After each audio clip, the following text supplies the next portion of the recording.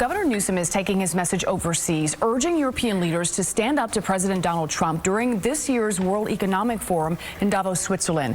Right now, there's a lot of concern about President Trump's ambition to take over Greenland. And KCRA3's Leticia Ordaz is in the newsroom this morning with why the governor is now slamming Europe's response to President Trump. Good morning. Good morning, Teo and Brandy. Governor Newsom is being very vocal overseas. He told European leaders to stop rolling over for President Trump, calling it embarrassing. He asked everyone to have a backbone when dealing with him. Today at the forum's entrance hall, Newsom talked to reporters. He was blunt and used plenty of expletives. He criticized what he called silence in the face of Trump's threats. He said it's time to get serious and stop being complicit. Newsom went on to say that diplomacy doesn't work with Donald Trump.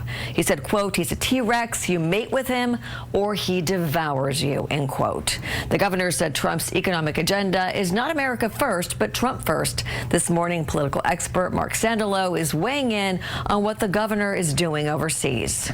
So Newsom is essentially telling other world leaders to stand up to Donald Trump, to have a backbone, as he puts it, to stand up to his threats to attack Greenland.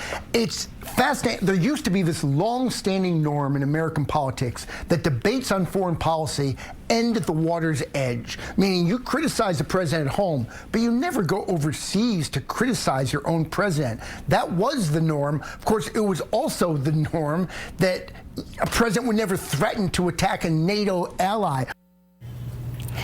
And leaders debate trade, security, and economic power on the global stage. And Governor Newsom says he will continue to speak out, and he says the world must confront abuses of power or enable them. Teo, back to you. Leticia, thank you.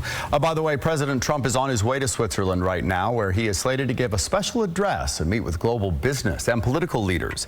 As for Governor Newsom, he will return to California Thursday.